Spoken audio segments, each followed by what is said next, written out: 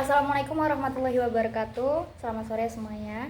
Pada video kali ini kami dari kelompok yang beranggotakan saya, Arianti Ciptastiani dengan Hutami Mahanani akan membahas tentang efisiensi kinerja rantai pasok beras organik atau beras raos, di mana sumber jurnal yang kami pakai adalah Fauziah R. Astutiningsih, ET dan Rini NK 2021, Efisiensi Kinerja Rantai Pasok Beras Organik, Beras Raos, Jurnal Sosial Ekonomi Pertanian 1731-10.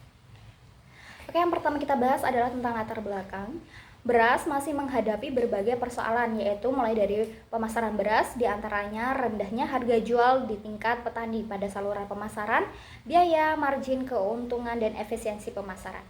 Beras organik merupakan produk yang eksklusif, sehingga rantai pasok yang mengalirkan produk ini haruslah eksklusif, sehingga tidak merugikan konsumen akhir dan produk tiba di konsumen akhir tepat waktu dan tempat. Adapun tujuannya adalah menganalisis efisiensi kinerja rantai pasok beras organik, beras raos di kelompok Tani Sari Alam Kabupaten Sukabumi. Metode penelitian yang digunakan adalah melalui data primer yang diperoleh melalui wawancara langsung kepada beberapa anggota dari rantai pasok, yaitu beras raos, mulai dari petani, kelompok tani, sari alam, retailer, dan konsumen dengan menggunakan kuesioner serta menggunakan teknik sampling purpose sampling. Yang kedua adalah menggunakan data sekunder, yaitu didapatkan melalui kepustakaan yang terkait dengan penelitian ini, seperti buku, jurnal, penelitian sebelumnya, dan dokumen-dokumen lain yang mendukung. Baik, yang selanjutnya adalah hasil dan pembahasan. Yang A adalah gambar rantai pasok. Dalam konteks rantai pasok beras organik atau beras raos, jaringan perusahaan-perusahaan tersebut diantaranya mencakup petani sebagai supplier, kelompok tani, sari alam sebagai manufacturer, dan para reseller retail produk organik serta swalayan sebagai retailer. Dalam suatu rantai pasok terdapat 3 macam aliran yang harus dikelola menurut Pujawan tahun 2005. Yang pertama adalah aliran barang yang mengalir dari hulu upstream ke hilir atau downstream. Yang kedua, aliran uang atau finansial yang mengalir dari hilir ke hulu. Yang ketiga, aliran informasi yang terjadi dari hulu ke hilir atau sebaliknya. Yang B, efisiensi kinerja rantai pasok. Yang pertama, ada efisiensi pemasaran.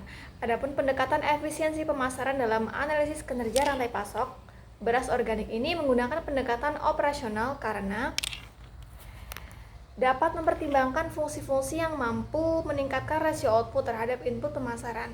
Analisis efisiensi pemasaran dengan pendekatan operasional dapat diukur menggunakan margin pemasaran atau farmers share. Di sini telah ditampilkan tabel efisiensi pemasaran dari petani, gapoktan sari alam, retailer, total margin sampai dengan farmers share, di mana setiap dari saluran 1 ke saluran 2 itu memiliki tingkatan harga yang sama, sedangkan dari petani ke gapoktan atau retailer itu memiliki harga yang berbeda karena terdapat kenaikan harga. Yang kedua, efisiensi pengelolaan aset. Bentuk aset yang dimaksud di sini ialah aset yang berupa produk akhir serta aset uang tunai.